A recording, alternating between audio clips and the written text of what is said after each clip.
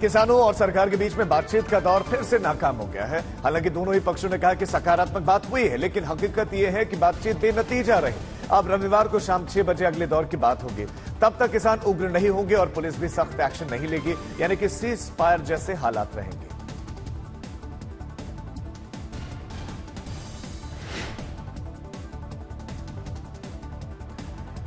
तो 2 दिन जमकर बवाल हुआ।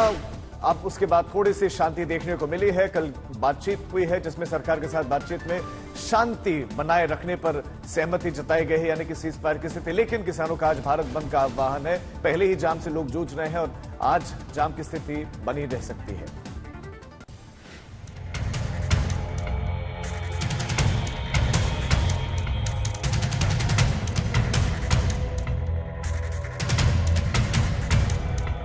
किसानों के साथ बातचीत बेनतीजा। तीसरे दौर की बात में कोई हल नहीं। किसानों का आंदोलन जारी। अब रविवार को बातचीत का अगला दौर। गुरुवार की रात 8:30 बजे 17 किसान नेताओं और सरकार के नुमाइंदे 3 मंत्रियों के बीच बातचीत से काफी उम्मीद थी कि कोई रास्ता निकलेगा, लेकिन ऐसा न हो सका। करीब 5 घंटे तक दोनों पक्ष बातचीत की टेबल पर बैठे, लेकिन आखिर में कोई हल नहीं निकल सका। किसानों ने कहा कि शुक्रवार को ही अगले दौर की बात हो, लेकिन सरकार इससे सहमत नहीं थी और रविवार को अगले दौर की बातचीत का फैसला हुआ। सरकार सकारात्मक बात होने का दम भर रही है, लेकिन नतीजा कुछ नहीं निकला। यानी अब 3 रोज तक किसानों का हरियाणा पंजाब के तीनों बॉर्डर पर जमे रहना तय है। इस बीच सरकार दूसरे माध्यमों से किसानों को मनाने की कोशिश जारी रख सकती है। हालांकि कुछ किसान यूनियन इस आंदोलन से अलग हैं। गुरनाम चढ़ूनी कहते हैं कि उनको बातचीत के लिए नहीं बुलाया गया। देखिए, उसमें शामिल होने का कारण तो हम कई बार बता चुके हैं कि हमें उसमें बुलाया नहीं गया है। हमारे पास 2 लोग आए थे कि उसमें शामिल हों, पिछले महीने की शायद 10 तारीख को जनवरी में। हमने उनको ये कहा था कि आप डल्लेवाल जी से पूछिए, अगर डल्लेवाल जी कहते हैं तो हम शामिल होंगे, बिना बुलाए हम नहीं जाएंगे। उसके बाद उनकी मीटिंग हुई। मीटिंग में उन्होंने फैसला लिया कि अगर गुरनाम सिंह ये कहते हैं कि मैं राजनीति नहीं करूंगा, ये सार्वजनिक करते हैं, हम तब उनको आने देंगे, वरना हम नहीं आने देंगे। उधर किसानों के आंदोलन को लेकर सियासत भी हो रही है। बीजेपी कह रही है कि कुछ लोग किसानों को भड़का रहे हैं। किसान आंदोलन को लेकर 3 दौर की बात हो चुकी है। उम्मीद है कि अब रविवार शाम 6 बजे की मीटिंग से कुछ हल निकले। कमलजीत संधू, आज तक।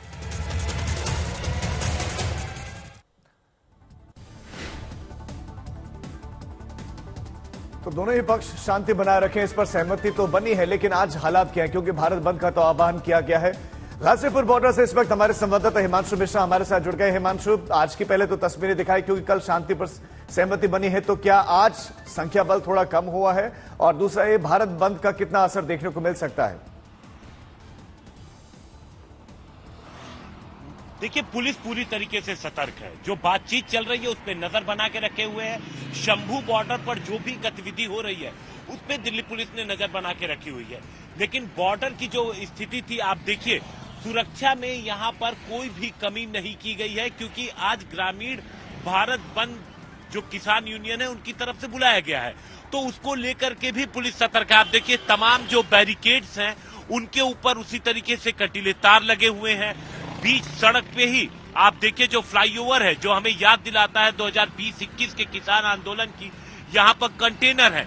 इस बार जो नई चीज है, आप देखिए, वो कंटेनर्स हैं जिनके अंदर पुलिस ने मिट्टी और रेत की बोरियां भरी हैं, वो रख दिया। और सामने की तरफ देखिए जो पुलिस की गाड़ियां, उसके दूसरी तरफ आप देखिए यहाँ पर जो बड़े बड़े ट्रक खड़े हैं, इनके अंदर भी रेत और मिट्टी भरी गई है कि अगर ट्रॉली लेके पहुंचते हैं तो कैसे उनकी ट्रॉलियों का रास्ता रोका जाए, क्योंकि इनको हटा पाना संभव नहीं होगा। पुलिस की पूरी तैयारी आप यहां से अगर देखिए तो इस रास्ते को बंद करने में, जो हाईवे है ये NH9, इसको बंद करने में पुलिस और पैरामिलिट्री फोर्स के जवानों को महज कुछ मिनट ही लगेंगे इस पूरे रास्ते को बंद कर देने में। तो पुलिस ने अपनी तैयारियों में किसी चीज में कोई कमी नहीं रखी और साथ ही साथ जो कमांड रूम है वो लगातार आसपास की उत्तर प्रदेश पुलिस से हरियाणा पुलिस से लगातार संपर्क में है और स्थिति पे नजर बना के रखे और खास जी। तौर से जो आज ग्रामीण बंद बुलाया गया है इसको लेकर के भी दिल्ली पुलिस पूरी तरीके से सतर्क है। बहुत राजीव। शुक्रिया हिमांशु आपका इस तमाम जानकारी के लिए। करीब 5 घंटे की बैठक के बाद से केंद्रीय मंत्रियों और किसान नेताओं के बीच में बातचीत खत्म हुई। किसान नेताओं और केंद्रीय मंत्रियों के बीच में बातचीत फिलहाल किसी सहमति तक तो नहीं पहुंची, लेकिन एक उपलब्धि यह रही कि अब किसान शांत रहने पर राजी है। रविवार की बैठक शंभू बॉर्डर पर आगे नहीं बढ़ेंगे तब तक के लिए ये बातचीत पर सहमति बनी है। हरियाणा पुलिस और पैरामिलिट्री की तरफ से भी सीज फायर पर सहमति बनी हुई है। 2 दिन के मुकाबले गुरुवार को हरियाणा पंजाब बॉर्डर पर शांति रही। कल शंभू बॉर्डर पर शांति बनी रही। न तो किसानों ने बैरिकेडिंग तोड़ने की कोशिश की, न ही सुरक्षा बलों की तरफ से आंसू गैस का इस्तेमाल किया गया। हालांकि शंभू बॉर्डर पर किसानों की संख्या लगातार बढ़ रही है। खनौरी बॉर्डर पर बीते दिन जबरदस्त तनाव था, लेकिन गुरुवार को यहां शांति रही।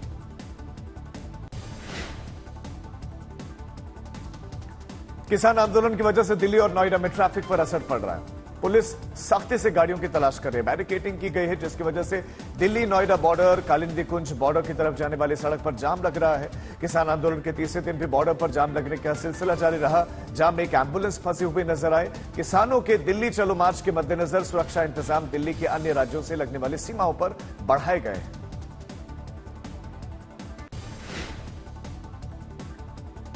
किसानों ने आज भारत बंद का आह्वान किया है और इसकी वजह से आवाजाही पर असर पड़ेगा। कांग्रेस और लेफ्ट ने भी इस बंद का समर्थन किया। पंजाब में बंद का अच्छा खासा असर पड़ सकता है, क्योंकि वहां पर सरकार किसान आंदोलन को समर्थन दे रही है। किसानों ने 4 घंटे तक हरियाणा के टोल प्लाजा फ्री करने का ऐलान भी किया है।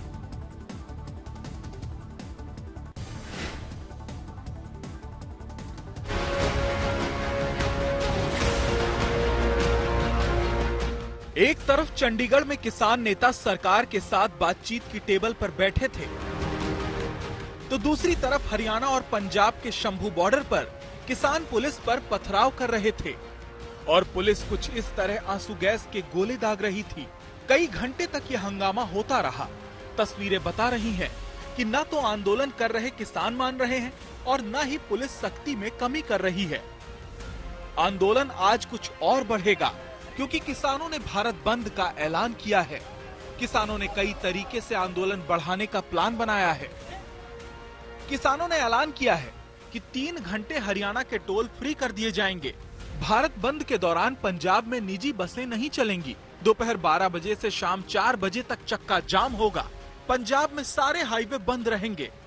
शिरोमणि गुरुद्वारा प्रबंधक कमेटी ने समर्थन में दफ्तर बंद रखने की बात कही है। भारत बंद को लेकर पुलिस प्रशासन तैयार है। खास तौर पर हरियाणा से पंजाब तक सुरक्षा सख्त है। भारत बंद को लेकर नोएडा में धारा 144 लागू कर दी गई है।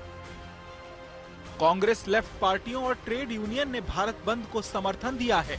भारत बंद की वजह से आवाजाही से लेकर सब्जियों की सप्लाई पर खासा असर पड़ सकता है। तो यार ये है कि ग्रामीण भारत बंद करने की बात की है।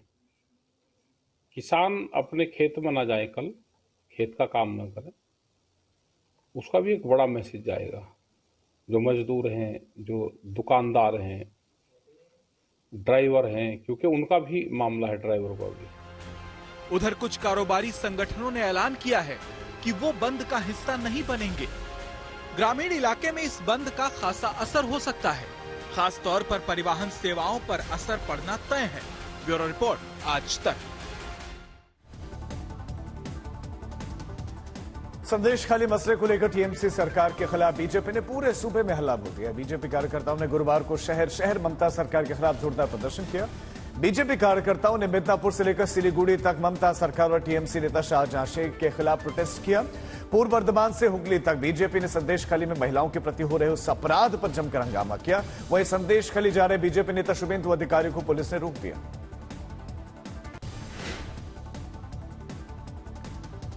संदेश खाली मामले को लेकर बीजेपी अब आर पार के मूड में है। बीजेपी अध्यक्ष जेपी नड्डा ने संदेश खाली में महिलाओं की यौन उत्पीड़न के लिए जो कमेटी बनाई थी वो आज संदेश खाली जाएगी। 6 सदस्यों की कमेटी में ज्यादातर महिलाएं हैं। राष्ट्रीय महिला आयोग के अध्यक्ष भी 19 फरवरी को संदेश खाली जाएंगी। जेपी नड्डा की बनाई गई कमेटी में 5 महिलाएं और इसमें 2 केंद्रीय मंत्री प्रतिभा भौमिक और अन्नपूर्णा देवी हैं। सुबह 9 बजे ये कमेटी संदेश खाली जाएगी और तथ्यों की जांच करके रिपोर्ट देगी। संदेश खली मामले को लेकर पश्चिम बंगाल के गवर्नर आनंद बोस भी सख्त हैं। राज्यपाल सीबी आनंद बोस ने सोमवार को संदेश खली का दौरा किया था और पीड़ितों से बात करने के बाद अपनी एक रिपोर्ट उन्होंने गृह मंत्रालय को सौंपी।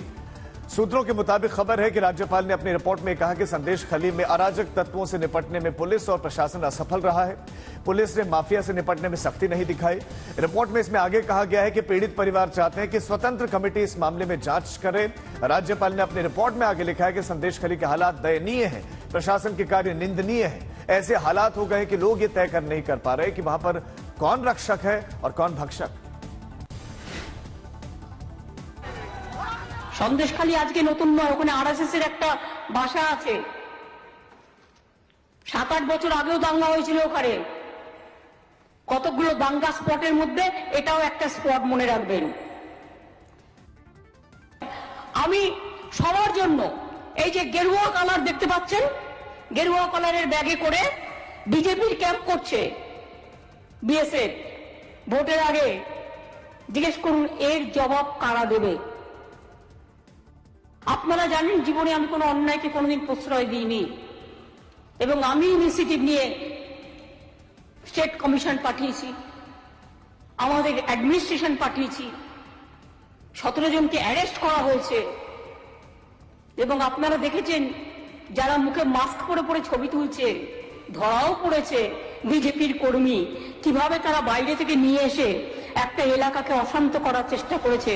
सी इज एंटी नेशनल, इसलिए वर्ल्ड का सबसे बिग सोशल ऑर्गेनाइजेशन उसका आरएसएस के खिलाफ बोल रहा है। आरएसएस अपनी सही मार्ग पर चल रहा है। जनता जी को ईओपी पे बंद करना चाहिए और उसका पीछे एनआईए लगा देना चाहिए। रोहिंग्या को कौन संरक्षण दिया? दिल्ली में एक भीषण आग में 11 लोगों की मौत हो गई। बाहरी दिल्ली की केमिकल फैक्ट्री में ऐसी आग लगी कि वो कई घंटों तक धधकती रही। दमकल के आने तक आग इतनी फैल चुकी थी कि 11 लोग अपनी जान गंवा बैठे। पहले हल्की आग लगी जिसको कर्मचारी बुझा रहे थे। किसी दौरान केमिकल के ड्रम्स में ब्लास्ट हो गया और फिर कर्मचारी इसकी चपेट में आ गए। कई कर्मचारी घायल भी हुए हैं, जबकि आसपास के घरों में धुआं भरने से लोग बेहोश हो गए।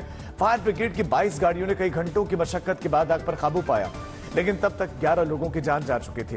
अलीपुर के साथ साथ केशव नगर और इब्राहिमपुर में भी कई जगहों पर केमिकल के गोदाम बने हैं, लेकिन इस पूरे इलाके में आग से निपटने के पुख्ता इंतजाम नहीं है।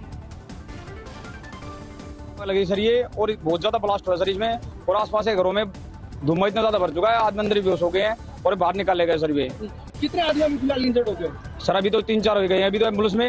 पता लगा हमें तो जब ब्लास्ट की आवाज आई तो हम बाहर निकले। जैसे ही हम बाहर निकले वो आग उस कोने से लेके और लगभग इस कोने तक जबरदस्त तरीके से फैली हुई थी।